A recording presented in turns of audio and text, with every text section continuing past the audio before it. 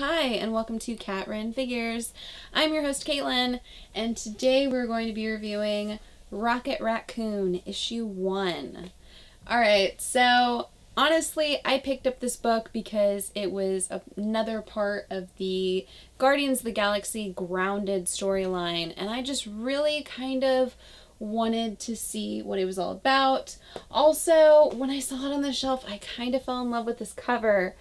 I mean, just look at Rocket. He's in the pound, and there's this golden retriever that's freaked out beneath him. And another puppy that's freaked out on top. But I thought that was adorable. I knew I had to check it out. So, getting right on into the comic, we have a little bit of an intro of how Rocket ended up stuck here on planet Earth. And then we get to see him stuck in New York City. And he very simply says, "This planet sucks." He hates Earth, mind you. He's walking around and people don't know he's Rocket Raccoon. Someone literally says, "Hey, I think it's Squirrel Girl." And he says, "You're awful. You're all awful. I want you to know that." And he's talking about how everything in our culture sucks. And then he walks past a peep show and he says almost everything. So yeah, he goes to let himself into the peep show. And then he gets kicked out. And he's like, "Nope, I was wrong. Everything sucks."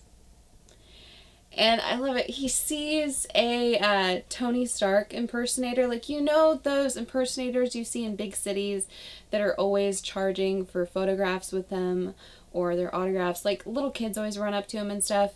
It's a cheap Iron Man impersonator. Well, Rocket Raccoon initially believes that it's Iron Man. So he runs up to him asking Tony Stark for help. Only he's like, "You're not Iron Man. Is that plastic? Are you plastic?" And the guy insults him by saying, "Get out of here, cheap Mickey, get your own spot." And his response is, "Remember, never to team up with that guy." So he's hungry. And he, being an animal, can smell into the garbage can. And he smells his own giant pretzel. So a homeless guy asks if he's some sort of hero. He says, "That's a problem with you, dirty guy?" And the guy tells him no. He needs some help. That he's a veteran and he lost his job and he lost his home and he's hungry. So Rocket offers him the pretzel. Well, he says, "No offense, but skunk diseases, you know?" He's like, "So not an imminent death. Let's get you some food I haven't put my diseases on." So he goes into a fast food place and he walks right up to the teenager who's working the counter, and he cites some intergalactic code for if somebody is hungry or not.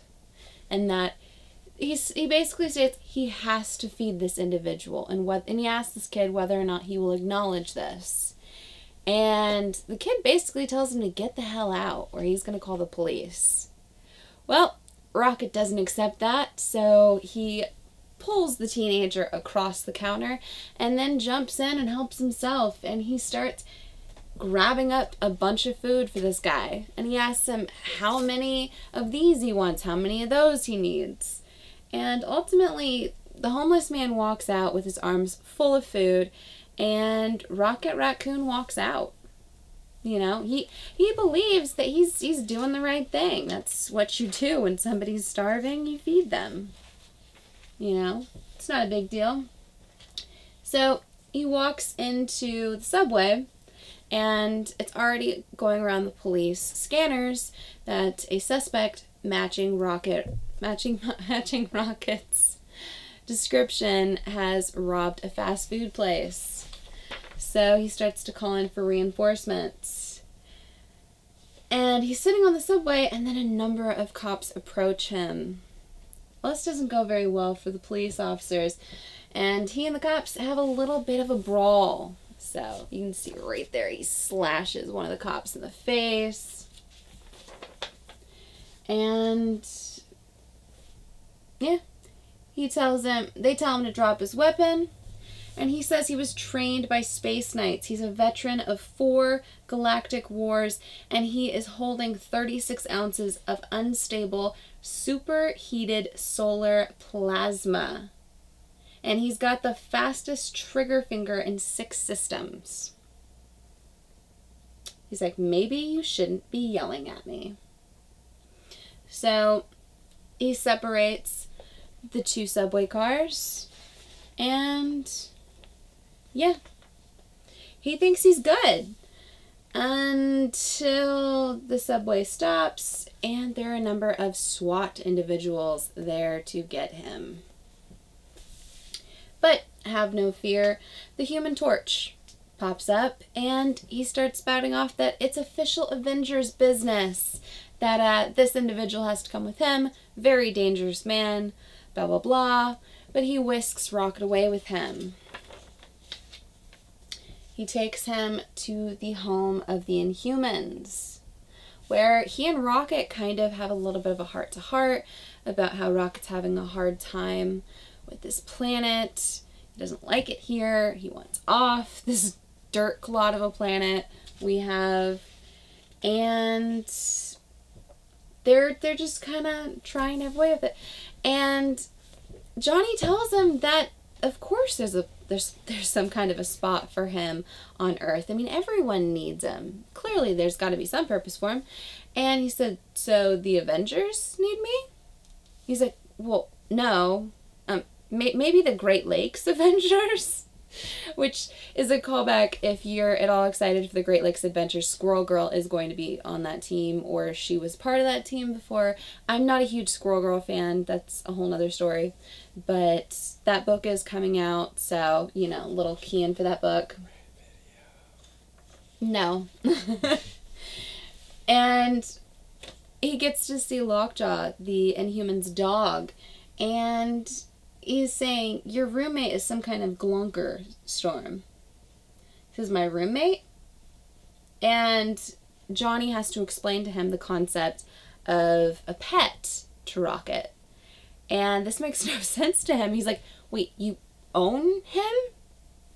Like, you actually own him. And he doesn't understand. He's like, human beings think they can own other living beings? Yeah. But Johnny kind of admits that, no, Earth probably isn't going to work out for him after having this conversation. But he tells him that he can crash there while he's still trying to figure things out. And he basically tells him that he can have use of anything there. What's his is Rocket's for the time being. You know, he opens up his entire home to Rocket, and he's a really cool guy about it. So Rocket finds himself in a dive bar, and yep, he orders milk like a badass, sitting there slurping milk. I love that panel. His face, he looks so pissed off. But he runs into an old friend of his, Raccoon. I suck at pronouncing names. Everyone knows that, so don't tear me a new one for it. But he has a discussion with his old friend, and ultimately they come up with a plan of how to get Rocket off of Earth. And it involves Mr. Softteeth. So he goes to have a little bit of a visit with the Mr. Softteeth, and yeah, he finds out he's a Skrull, which, if you know anything about Marvel Comics, you'll know about the Skrulls and a lot of the issues that come into them. Well, he also takes on Rocket's form. Rocket doesn't like that. But ultimately, the Skrull decides he is going to help him get off the planet, and they'll discuss payment and other things later on. So the Skrull goes back into his closet to get some things in the works, And then somebody decapitates him and comes out stating that Rocket's a prize. And the scroll's severed head says, "Run, Raccoon, run." So, not a great way to end it for Rocket. But I gotta tell you, I really loved this comic. I thought it was fun throughout.